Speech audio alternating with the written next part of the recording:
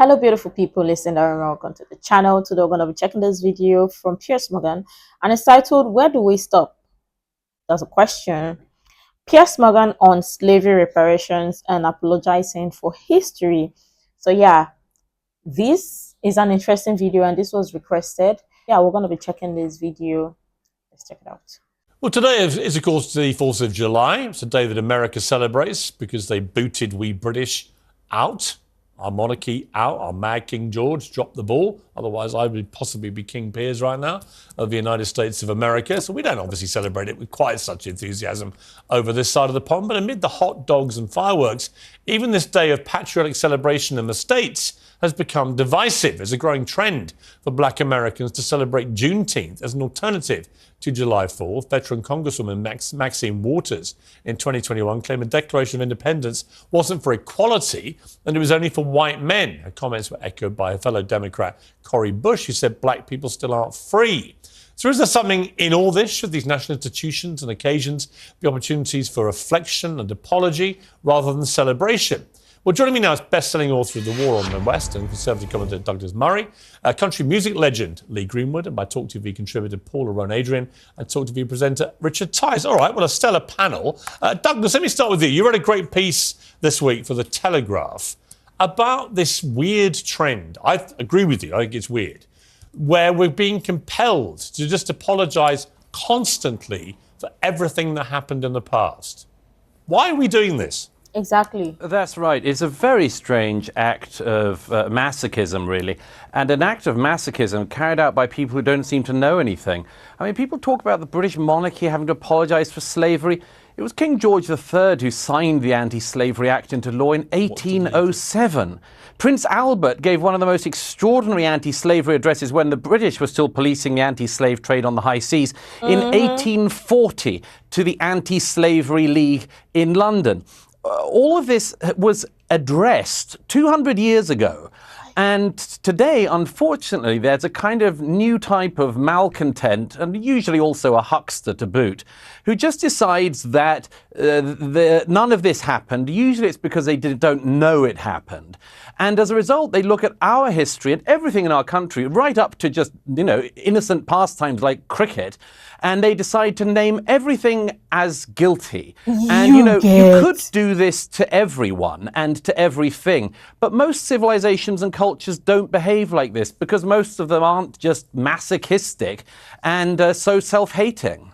All right, Paula, your response to that? I actually agree with Douglas about the fact that we don't know enough. He's absolutely right. We don't know enough, and it's important that we do. But part of the knowledge is also understanding the hurt and pain that were caused, not just about the good things. It's not just about the cherry picking. And wrongs are not about being masochistic. Saying sorry is not a bad thing. Saying sorry is actually a very empowering thing to do. Why does it matter that a bunch of royals now get forced into issuing grovelling apology? Who cares? How does it change anything? It doesn't do anything, in my estimation, to impact on current slavery, where it exists around the world. It doesn't really make any difference to institutional racism, as we've seen in certain parts of society. I don't know what difference it makes. It might make people feel a bit better to see a royal grovelling, but so what? See, I don't agree with you, surprise, surprise. I do think it makes a difference. I do think it makes a difference that people in power are heard to acknowledge pain and hurt. You have to be kidding me. Because listen, especially when it comes to history and slavery topic, people love to share the narrative that fits or best fits whatever agenda they're pushing. So let me get this straight. So how is it that people that never suffered slavery before, you're saying that someone should say sorry? Okay, who is going to be apologizing to who? Because if we're going to be talking about apology, everybody hurt everybody. In history, one person or the other hurt the other person or hurt somebody. So it's going to be a long pile list of apology. Are people really ready for that? I don't think so. And the people who are crying for apology, they should be the first ones to start apologizing. And who exactly are you apologizing to? For the family slave? You're apologizing to slaves. Point me, who exactly are the slaves that you're going to be apologizing to, or that people should be apologizing to? Remember, for the abolishment of slaves, Britain was the one that fought for the abolishment of slavery. Remember, the people, during the course of the abolishment of slavery, people lost their families. British soldiers. So are you going to be apologizing to the family of those people? Because we know that none of them is alive today. So you're going to tell me you're going to be apologizing to their families. Are we ready for that? Because you're not going to be apologizing to the ancestors or these people you think are slaves, because it's not even making sense. It's not. But remember, if they're saying, oh, apology is going to go a long way, one, is not going to change the fact that slavery existed. It's not going to change history. It's not going to change nothing. It's just the fact that people want this sense of entitlement, that, oh, it's a gotcha moment. They got these people. That's just it. Nothing. And why is it that people can't move past it? Apology? That's gone. Acknowledge pain and hurt. I do think it's important that people in power have taken the time. Whose pain and hurt are you talking about? It's not people living today. These are going back hundreds of years in some cases, these crimes of slavery and so on. We all agree it was outrageous. It's been debated, really year after year after year. We all know this. I don't think that people have a lack of knowledge. And I'm not quite sure where the apology talk ends. What's the end game here? So the end game is about the ability to understand the true history, not just the part of history that we have been taught. Yes, the true and that history, is the difficulty. So you're talking about who's the apology for. Well, the apology is for me. The apology is for those who have suffered. The apology is for those who continue to struggle through colonialism and through slavery. And I do think that it's important that royalty are coming forward and saying, we apologise for the part that we. All right. So is that it? Is that enough? When is enough? Exactly. Enough? If we all say sorry to hang on. The British government, when is enough enough to repay, to compensate slavers? So if we all say sorry today, enough? Well, that's my question to you, and you're not answering it. My point is, if we all say sorry today, it was terrible, which we all know. Yeah. Can we then say, right, that's done, we're going to look forwards, we're going to be positive, we're going to celebrate our achievements, learn from our failures, and we're done with apologising? Absolutely. And so how are we going to learn from our failures if we do not understand what we did wrong? You learn from your failures because that's what we're doing at the moment. The sort of report you had from How do you learn from your failures if you don't know what you did wrong, if you refuse to accept that you did wrong? No, I want to believe that they are not blaming the British man for the abolishment of slavery, because we understand lots of people are blaming them for ending slavery, because lots of people were like, oh, their businesses, especially with Africans or black man, because they were angry that he ended their business, oh, this and that. So if we're talking about history, I always say when it comes to history, people should learn the entirety of history and not a portion size of history, because I don't know who is apologizing to who. The said people that we're seeing today, slavery, so the last time I checked, I don't see anybody chained. So who is apologizing to? We understand that slavery was a bad thing, but let's not even get ahead of ourselves. It was a legal business back then when it existed, or when it was in existence. It's more like a transaction.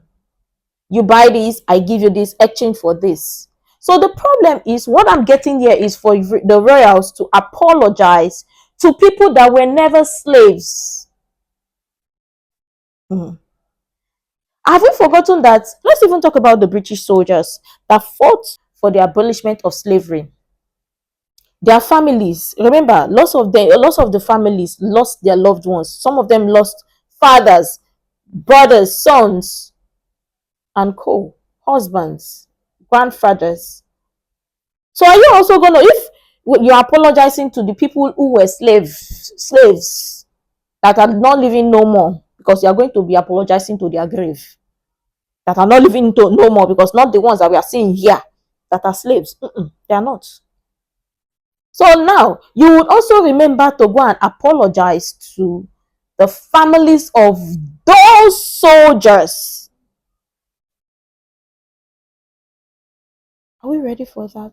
Because those who are the people that need the apology the most, they lost families, loved ones, and yet saying apology, the royals should apologize to who exactly? Because no, you don't. No, and this is what the problem. They want people to be victims. They want people to be guilt tripped, and we all know who. Why don't people want to learn the entirety of history and liberate themselves? No, they don't want to change the narrative. Because if you apologize today, tomorrow somebody will come and say, oh, something happened, history, slavery, apologize. It's going to be a hell long list of apology. Are people really ready for that? I don't think they are. But this don't make sense. This is just some sense of victimhood that I don't even understand where this is coming from. And for how long will people continue to be victims of something that you did not suffer? Yeah. Let's continue. Because the cricket board, the ECB, they've just produced a report. They reported. Some of it was good. Some of it you can criticise or question. The point is, we've learned from that. We're moving on. We're celebrating. We're being positive. Otherwise, how have we learned? I tell you what it does. It depresses everybody. It leads to a perception of decline. I agree with that. I think what it does. I want to bring in Lee Greenwood here, who's a big country star in America, and he wrote "God Bless the USA," one of the great anthems celebrating the United States. It's July 4th. Obviously, as I said at the start here, Lee, we don't celebrate it with quite such enthusiasm this side of the pond. We sort of take a view that Mad King George dropped the ball a bit, but I'm happy for my American friends that you have this day to celebrate. You wrote this great anthem, really, for your country. Can we be proud of our country anymore? Or is this kind of this desire to feel this terrible regret about everything and apology for everything? Does that mar the pride? How do you feel? Well, I'm going to go out on a limb here and just say the people that I run with and talk to, and believe me, I tour across America all the time. We do 140, 50 days a year, every doghouse, outhouse, and roundhouse. And I talk to the American public. They listen to what I say, listen to what I sing. I happen to be a country music performer, but I was born in California, spent 20 years in Nevada. I live in the South now. And I wrote this song because it was for unity. It's a unity and for military sacrifice. And yeah, America started as an interesting expedition and then an experiment, and we fought it out. We fought each other in the Civil War and said, okay, we're going to bury the hatchet here. The trouble is, as we move forward, a lot of people try to change history. I'm okay with history. I'm okay with apologizing for what happened back then. But I agree with you. That was back then. Let's move forward. Let's move on past that, and let's not change history and try to change what happened. Yeah, I completely agree. Douglas, the problem is we've forgotten how to be genuinely proud of our great countries, both America and Britain, United Kingdom, two of the greatest countries in the world. It's almost like every day now, somebody somewhere, normally on the left, the woke left, is queuing up to find a reason to hate the countries and their histories.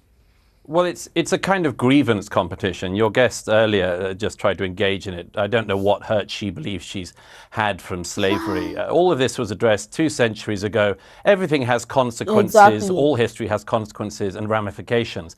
But, you know, if we were to play this fairly, we would at least look at all of the countries around the world that engaged in the slave trade who are simply not interested in any form of reparations. The Ottoman Empire, all the Arab countries, countries who not just traded far more slaves than across the Atlantic, but castrated all the men so that there wouldn't be any more African slaves after them. They worked them to the bone. I see no interest across Africa in paying reparations for selling their brother and sister Africans into slavery or for working them to the bone to the present day. There is slavery across Africa today. In fact, there are more slaves in the world today than there were at the height of the transatlantic slave trade. So some of us are simply a bit bored of hearing people ripping at closed wounds and then crying about their hurt or their presumed hurt. Because everybody could do this. 1 million Europeans were stolen by North Africans over the course of decades of the North African Barbary pirate slave trade. Where would you end if you did that? The answer is you couldn't end,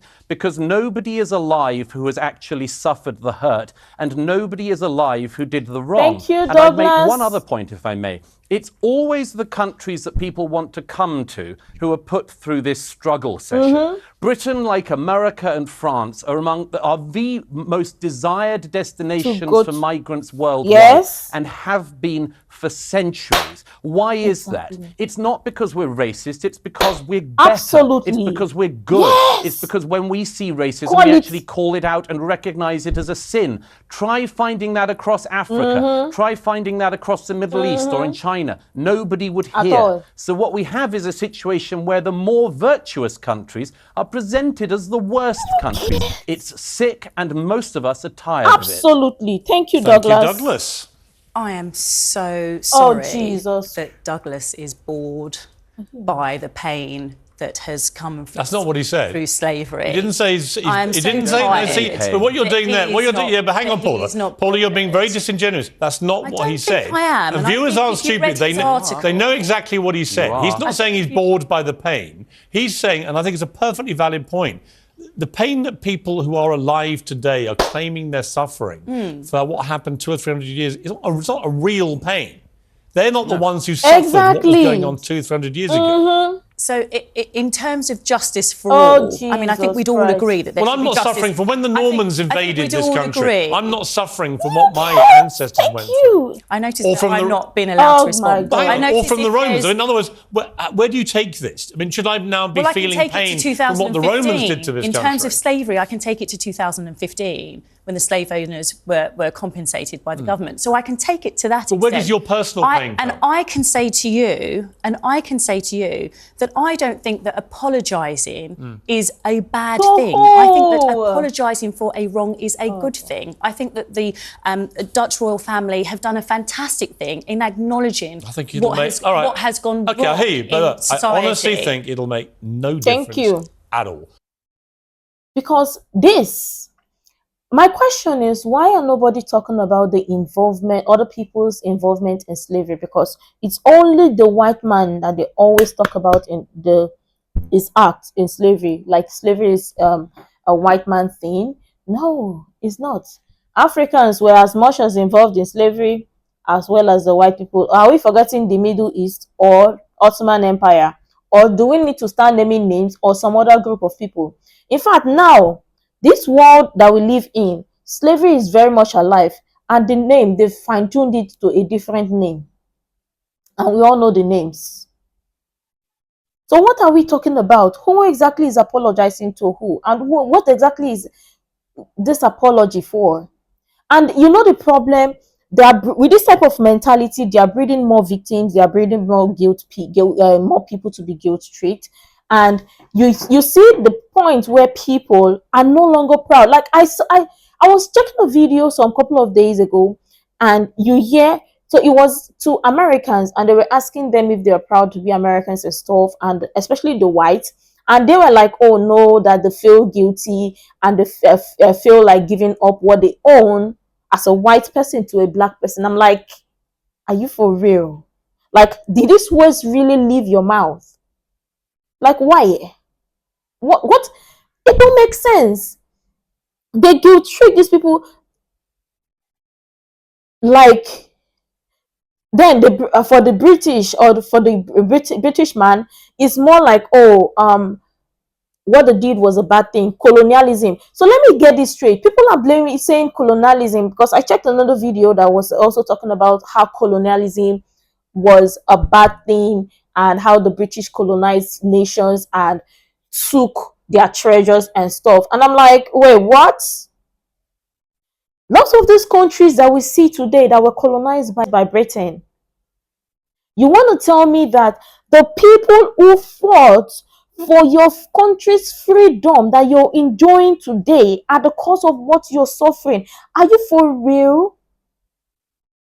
Like, what sort of level of victimhood is this? And the fact that some of the Britons feel so guilty,